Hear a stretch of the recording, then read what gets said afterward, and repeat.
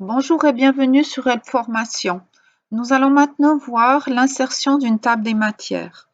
Donc au préalable, j'ai introduit mes styles.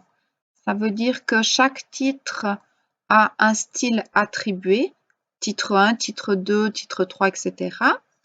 Donc une table des matières se met soit au début, c'est-à-dire après la page de garde, soit tout à la fin. Ici, dans le modèle, nous allons l'insérer au début. Donc, avant le premier titre qui est ici l'éléphant, je vais insérer un saut de page. Voilà, j'ai mon saut de page, donc j'ai une page vierge. Je viens mettre mon curseur devant mon saut de page et puis je vais introduire automatiquement ma table des matières. Donc, sur le ruban référence, tout à gauche, vous avez table des matières et puis ici, je vais choisir table automatique qui est représentée par mon titre 1, titre 2, titre 3. Voilà comment insérer une table des matières simplement. Et là, on a donc nos titres, nos sous-titres avec nos numérotations de pages à droite.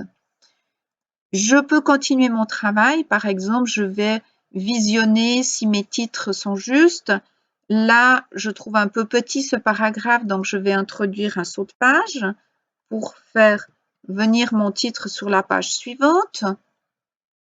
Là, je ne vais pas laisser deux titres seuls sur une page, donc je fais la même chose.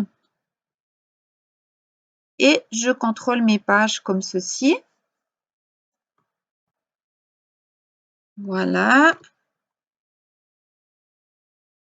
Etc. Étant donné que j'ai fait des modifications, eh bien, je reviens sur ma table des matières et puis je viens ici mettre à jour ma table des matières. Moi, j'ai pour principe de mettre à jour toute la table, comme ça, si j'ai fait d'autres modifications, eh bien, je suis sûre que c'est pris en compte. Et je valide, et là, ma table des matières est mise en forme, avec la numérotation des pages correctes.